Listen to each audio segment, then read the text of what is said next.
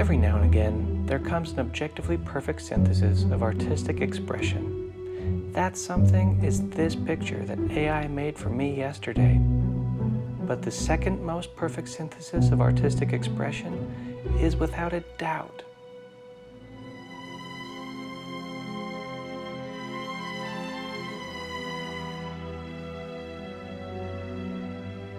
The Lord of the Rings, a story written by Oxford professor J.R.R. Tolkien and released in the mid-50s, saw its first full adaptation with live actors in a trilogy directed by Peter Jackson, a then semi-obscure slasher film creator from New Zealand.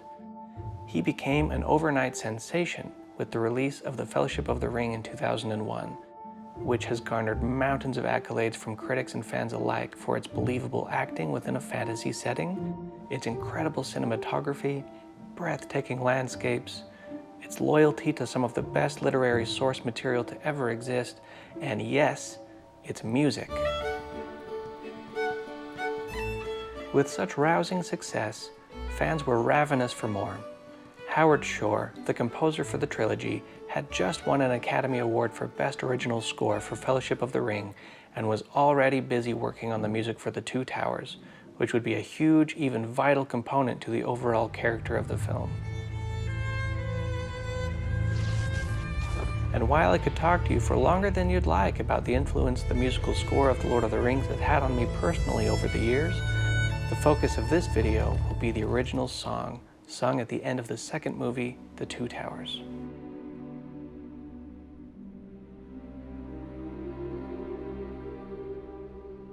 In addition to composing the score, which exists over roughly 80% of the films, Howard Shore also co-wrote the songs sung during the end credits for the second and third films in The Lord of the Rings. Gollum's song, sung by the incredible Emiliana Torrini, has remained my favorite film song since I saw The Two Towers in theaters as a 13-year-old, and after thinking about why, I've collected a few reasons I believe this song has so successfully endured as, yes, one of the most, if not the most perfect piece of artistic expression I've been alive to witness, again, aside from this. Okay, so firstly, the music respects the hell out of the source material. It understands that Gollum is not a villain, but a victim.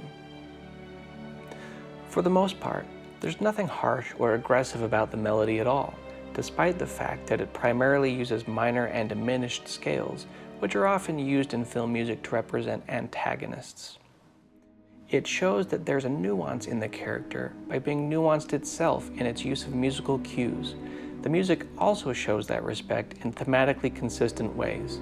Like I just mentioned, it's using a kind of altered diminished scale, which even by its name feels pretty thematic to the character of Gollum, who is a miserable, sad, pitiable creature who has in fact been utterly changed, altered even, by the influence of the One Ring.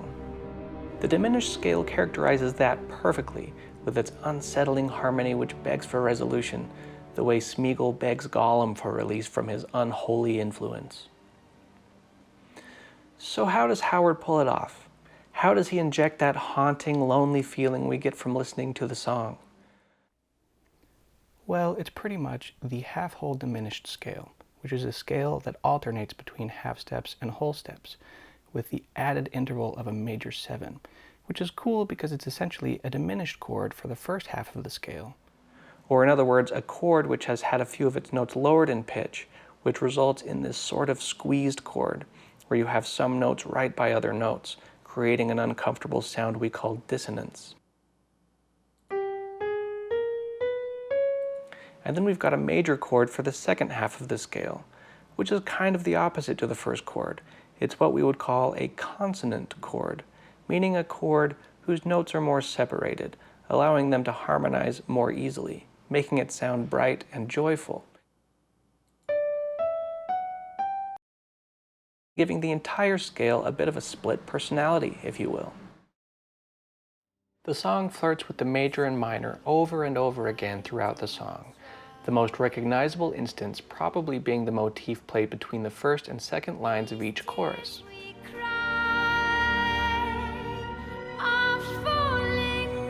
Here we can hear both the minor and major thirds one right after the other, creating that dissonance we talked about, adding tension to the lyrics, as though Smeagol's crying is making Gollum angrier and makes the next line feel more aggressive and more resentful, a feeling Emiliana Torrini captures perfectly in her slightly wavering vocals, drenched in anger and grief.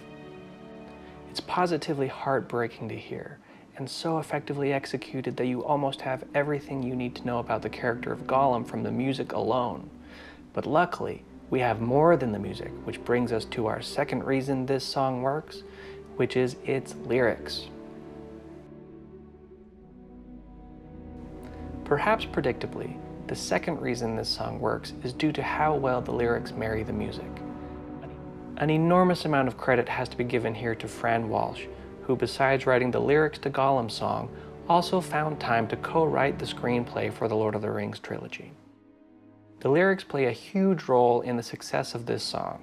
They put the listener in the actual position of Gollum, so opposed to a story about Gollum, it's a story by Gollum.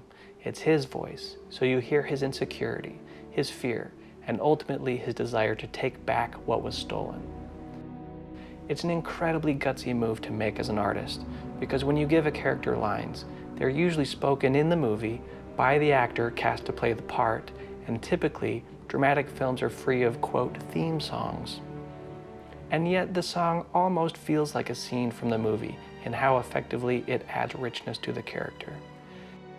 The theme of hopelessness returns again and again in the song, with the lyrics, "These tears you cry have come too late, and and you will weep when you face the end alone. You are lost, you can never go home." one can imagine this exact conversation being had between Gollum and Smeagol, and the result is a deeper understanding of the character as someone that's being tortured by himself and can't figure out how to stop it, even though he desperately wants to. The lyrics are also doing something clever here with the music. The first line ends with the word light on a high note. Where once was light, Then the music falls in pitch for the line, now darkness falls. as though the hopeful lifting of the first line about light has been darkened by despair.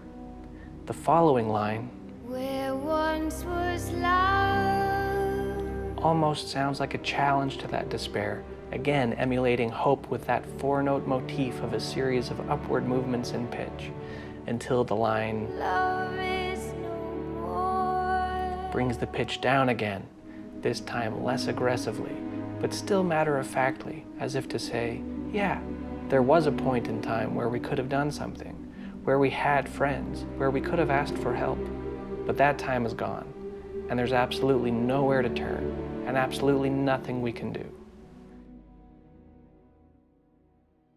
Going back to the beginning of the song, notice the relatively big sound with the full orchestra as it plays the overture, which transitions into soft, understated strings in the background against the melody's first storytime lyric. Where once was light, Notice how everything stops except the strings, which hang on a single chord as Emiliana's voice comes in and becomes the prominent feature of the song, effectively creating a hush over the listener, demanding our attention so effectively that we're almost tempted to sit cross-legged in a semicircle around the singer to hear the tale, bringing us to the last reason this song works: the singer. There can be no denying that Peter Jackson and friends found the perfect voice for Gollum. Emiliana Torrini, an Icelandic indie folk singer, is not known for the style in which she sings Gollum's song, often releasing pensive, acoustic guitar songs like this, serenade the door. or bouncy, upbeat bops like this. My heart is beating like a jungle drum. Ba-da-dum-ka-dum-ka-dum-dum-dum-dum. My heart is beating like a jungle drum. But in every case, we can hear Emiliana's raw vocals, free from an overuse of vibrato or other technical accoutrement, often employing atonal sounds and ending phrases with vocal fry, which is allowing your throat to close enough to create a gravelly sound. We say you didn't try. And we see that she views being in character as something much more valuable than demonstrating vocal prowess, as should absolutely be the case for a song meant to live inside, or at least directly beside, a dramatic, character-driven story. I'm always curious to know the process by which these collaborations happen. How did a fairly low-profile folk pop singer from Iceland get the attention of Howard Shore and Peter Jackson? Come to think of it, how did Howard Shore get the attention of Peter Jackson for a high fantasy film, when most of Howard Shore's work until that point had been in horror, or composing the theme to Saturday Night Live? We'll probably never know why certain convergences occasionally happen in art the way they do, but as artists and appreciators of art, it's our obligation to point them out when they happen, even if they happened 20 years ago, and even if they didn't get nominated for Best Original Song, when the other songs at the end of Fellowship of the Ring and Return of the King did. But that's another video. Thanks for watching. If you'd like to see more of these kinds of videos on the channel, let us know in the comments. And visit Maestronomy.net to snag a 2-hour course on how to improvise on piano at a massive discount for a limited time.